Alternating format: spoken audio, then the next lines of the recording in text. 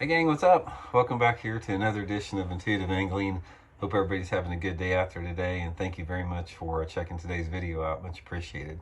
Today we're going to give you guys a seminar on red and orange crankbaits. I'm going to give you guys my opinion on it, what that I have seen over the past 50 years with it, probably break a few myths about it, and sort of give you guys a foundation on when it's going to be good for you to try those reddish and orangish colors out there. I think it's going to surprise you a little bit.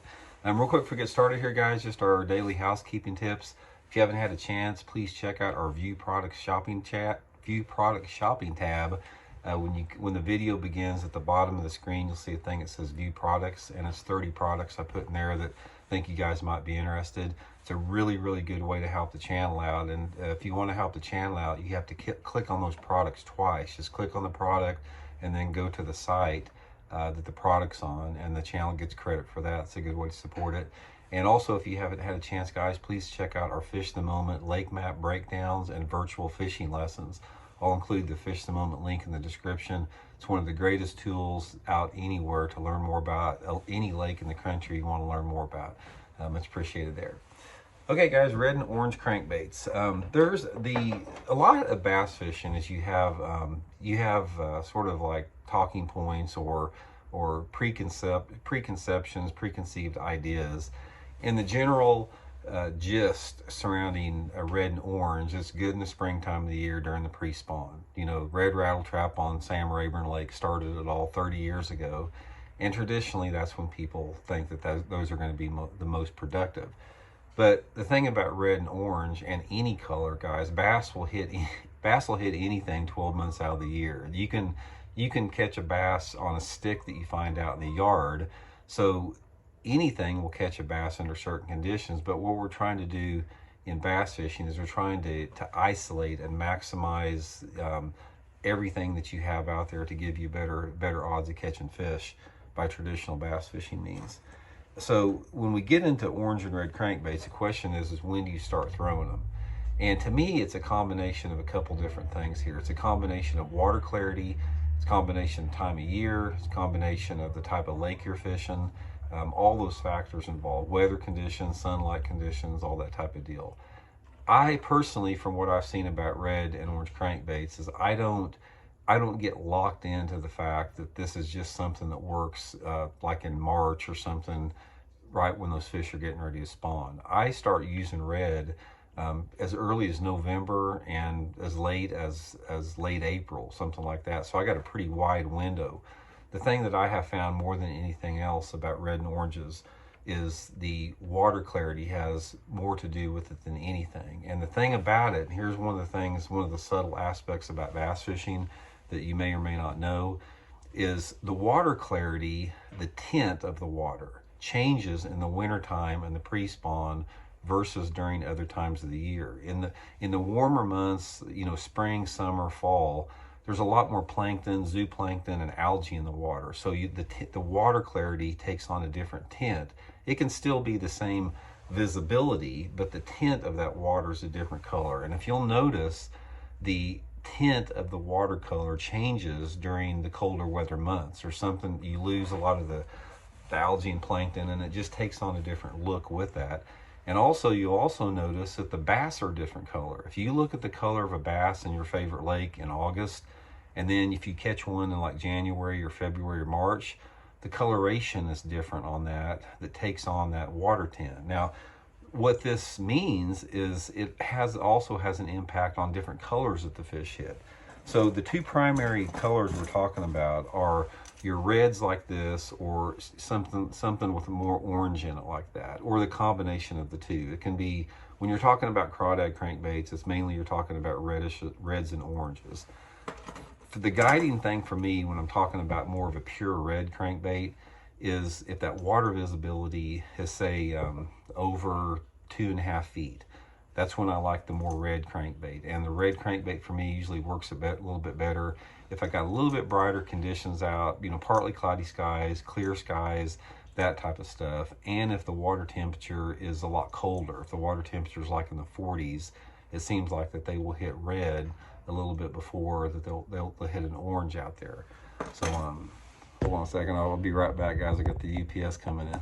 Okay, I'm back, guys. So anyway, what I was saying is when I choose between red and orange, the red for me, it gets more bites and a little bit tougher what you can consider tougher fishing conditions. You know, the brighter skies, you know, just tougher post front conditions. And also you will find that red works better than orange if you're fishing over grass. If you're fishing submergent hydrilla or milfoil, there's something about it puts off more of a tannic color in the water, and it seems like the fish will react more to those brighter reds than they will oranges in those conditions. Now, if you start losing your water visibility and you start getting water visibility anywhere between, like, say 8 inches and 2 feet, and you start to get a little bit close, either earlier in the winter like November or later like in March, that's when the oranges work a little bit better. It seems like the oranges, you know, it puts off more of a glow. The fish can track it better in that dirtier water. Normally when I'm using orange, I feel that the fish are a little bit shallower. That my favorite time to fish an orange crankbait or the orangest crawdad crankbait is if I have water visibilities of about 12 inches and I know those good fish are going to be shallow. And normally, like I said, this is going to be November or March or something like that. So I'm mixing it up between the two. If the water clarity gets a little bit too on the clear side, they will get off the orange. You know, you can't hardly catch one on it, with the exception if it's a dark, nasty, rainy day. You can catch them on orange if you lose your light intensity. Say you got a day that's heavy overcast and a lot of wind, that type of stuff, they'll react to orange a little bit better. Now, a lot of people think that they bite the reds and oranges in the springtime of the year because the bass are feeding on the crawdads and they're keying on the crawdad color. Guys, I haven't found that to be true. One of the things that I always try to do in a lake is I try to find some crawdads, you know, if I can get them, and I try to identify the colors of it. But guys, as much as I want this to work, as much as I want to be able to turn over a rock and pick up a crawdad and say, he's got a little bit of a blue or red on the pinchers and match the hatch, it doesn't work. I have tried it over and over again. So if you think that the crawdads have red or orange on them in the springtime, I can promise you it doesn't have anything to do. It's your success trying to match that color is going to be irrelevant. For whatever reason, it's been my experience that matching the hatch is sort of a myth when it comes to bass fishing. Maybe not so much for trout, but like bass fishing it is. To me, it's more about visibility with the light intensity and the water clarity combined with the water temperature. Another thing that you'll find about red and orange crankbaits is there's two different types of fish that you catch on them. They're really good, like I said, on any type of grass lake, TVA lakes, you know, the coastal states like that, when you're fishing over big grass flats. But if you're fishing a traditional man-made reservoir, you really need to key on the steeper banks that have, you know, some type of a mixed rock composition. You know, all rock compositions are different. Some of the lakes, like here in the Ozarks, we have big boulder rock. If you're farther east, down sort of more in the southeast, you may be more of gravelly and small rock, clay, that type of stuff. But you need some type of mixed rock composition on a fairly steep bank. These fish, when they get on that type of color, and I don't care if it's November or March, it seems like they like the 45 to 60 degree angle banks. Sometimes the bluff banks, vertical, if it doesn't drop off, you know, real quick off of it. That's my favorite thing with there. But mainly, guys, when you're deciding it, for whatever reason, and I don't know, I think you can theorize on it, but I think a lot of people don't really know. Start throwing these things in about November. They work up until like the first part of March. Not to say you can't catch them on it at other times, but that's the premium time with it. And one other thing I'll leave you guys with on this is, normally if you can't get them to bite, you know, some type of a red or orange, say it's prime time, like in March, where you think these fish should be on a red rattle trap or whatever like that. If you can't get them going on that, a lot of times they want a bright shad pattern.